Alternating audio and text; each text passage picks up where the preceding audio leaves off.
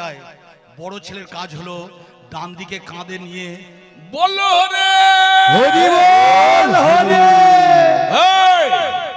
ব্রাহ্মণ বলছে, এই তোরা বাড়ির সবাই কাঁদছিস, বাবাকে শ্মশানে নিয়ে যাচ্ছিস, তোর বাবা কষ্ট পাচ্ছে, বুঝতে পারছিস না?